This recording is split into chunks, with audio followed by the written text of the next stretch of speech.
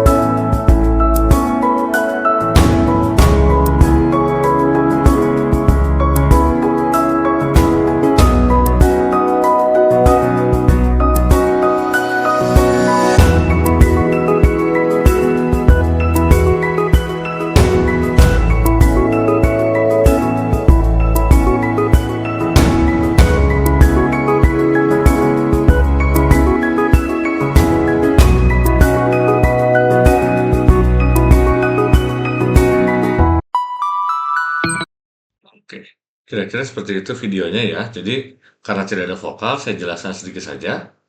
Jadi di sini jelaskan atau ditampilkan ya contoh prosesnya untuk sistem wet spinning system atau sistem pemintalan basah. Itu yang merupakan suatu metode produksi serat yang melibatkan pemompaan larutan kental melalui spinneret ya atau yang berlubang itu yang berlubang banyak tadi ke bak koagulasi yang isinya adalah non pelarut gitu. Pelarutnya itu dihilangkan di dalam bak dan hanya serat nanti yang akan tersisanya gitu. Nah, jalur produksi pemintalan basah ini bisa dari berbagai bahan seperti misalnya selulosa, asetat, kolagen, lignin, grafen, dan juga bahan-bahan lainnya. Itu kira-kira penjelasan singkat dari video wet spinning proses barusan ya. Oke, next adalah, nah, apa sih solution spinning itu? Jadi by definition, solution spinning itu adalah teknik pembuatan serat di mana polimer dilarutkan dalam pelarut untuk membentuk larutan. Kemudian diekstrusi melalui spinneret atau lubang kecil, kemudian dikoagulasi dalam medium tertentu yang biasanya cairan gitu. Jadi proses utamanya saya buat diagram singkatnya atau ya ini flowchart singkatnya ya. Jadi mulai dari larutan polimer itu diekstrusi, lalu dikoagulasi, barulah diambil menjadi serat gitu. Di mana medium koagulasi ini menyebabkan larutan mengeras sehingga menjadi bentuk serat gitu. Jadi yang dari awalnya itu larutan menjadi keras itu karena ada koagulasi ini gitu. Nah, next keunggulan solution spinning. Jadi solution spinning ini termasuk metode atau teknologi yang cukup unggul gitu atau cukup unggul dalam produksi serat karena yang pertama dia itu cocok untuk polimer dengan titik leleh yang tinggi gitu. Lalu berikutnya solution spinning ini juga bisa menghasilkan serat dengan struktur kompleks ya yang sulit diperoleh dengan metode yang lainnya. Misalnya serat aramid yang untuk pembuatan Kevlar atau rompi anti peluru ya. serat karbon atau carbon fibers, dan juga serat untuk aplikasi biomedis yang sifatnya biodegradable gitu. Nah, berikutnya saya akan jelaskan ini, ya ini adalah diagram atau gambar mekanisme singkatnya ya dari video barusan, di mana ini adalah wet spinning technique atau teknik pemintalan basah. Ini adalah suatu metode pembuatan serat sintetis di mana polimer itu dilarutkan dalam pelarut yang sesuai di sini gitu. Kemudian larutan polimer ini dipaksa keluar melalui lubang-lubang kecil spinneret ini ke dalam larutan koagulan sehingga menjadi serat gitu. Nah, larutan koagulan ini biasanya merupakan campuran pelarut dan non-pelarut yang nggak bisa atau yang tidak bisa melarutkan polimer. Baru nanti serat yang terbentuk diambil melalui take up rollers atau yang di video tadi bisa dilihat ya. Itu secara otomatis langsung digulung-gulung seperti itu oleh Webernya gitu. Itu kira-kira sekilas mengenai mekanisme fibers wet spinning technique. Nah, next saya akan masuk ke aplikasinya. Jadi, apa sih pentingnya serat khusus atau special fibers ini dalam suatu aplikasi industri? Saya mulai dari definisi dulu ya. Jadi, serat khusus ini adalah serat dengan sifat unik yang dirancang untuk aplikasi tertentu di luar kebutuhan tekstil konvensional. Misalnya di industri ini untuk teknologi tinggi atau high tech ya. Serat tahan panas untuk pakaian pelindung, untuk pemadam kebakaran atau militer itu biasanya pakai serat dengan serat khusus ini gitu. Atau untuk konstruksi, ini untuk carbon fibers untuk material ringan dan kuat untuk pesawat dan juga otomotif gitu. Di kesehatan, contohnya adalah serat biodegradable untuk alat medis dan juga implant. Lalu untuk di lingkungan, ini contohnya adalah serat untuk aplikasi filtrasi air dan juga udara, jadi untuk filter gitu. Nah, yang saya akan ambil, yang saya akan jelaskan contohnya adalah ini.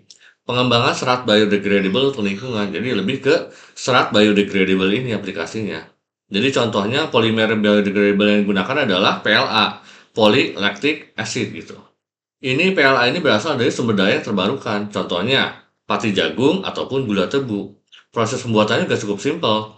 Bisa dari fermentasi bahan baku yang menghasilkan asam laktat, lalu polimerisasi asam laktat tersebut menjadi PLA gitu.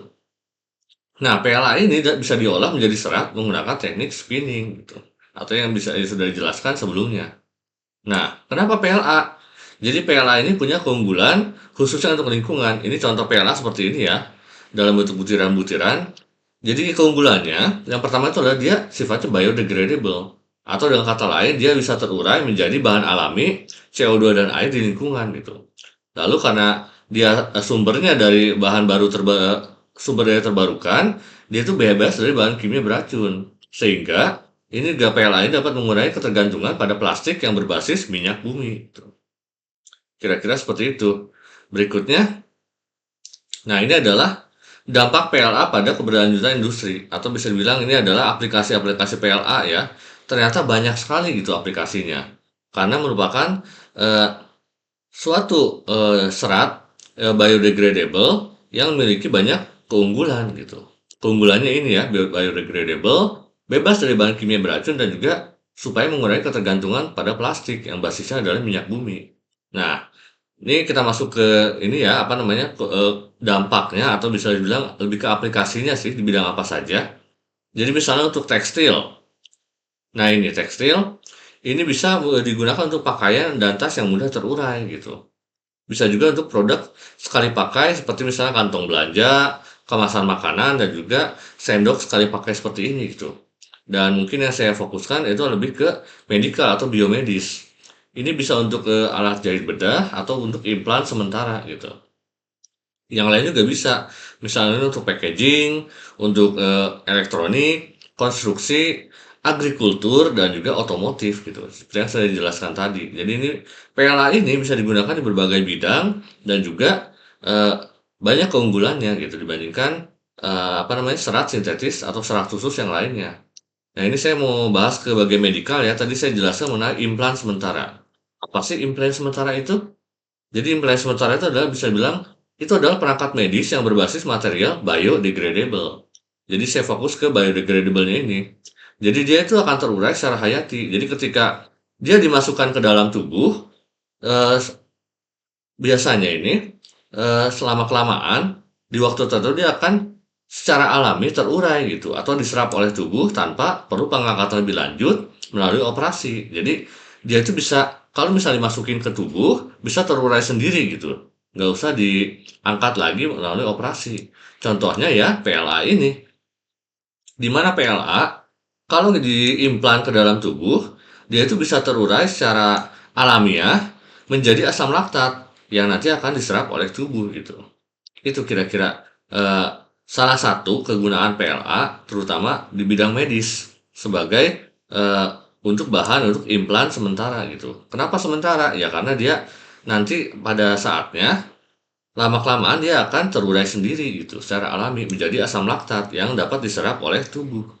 Kira-kira seperti itu ya contohnya atau aplikasinya untuk industri ini terutama untuk yang biodegradable PLA ini gitu.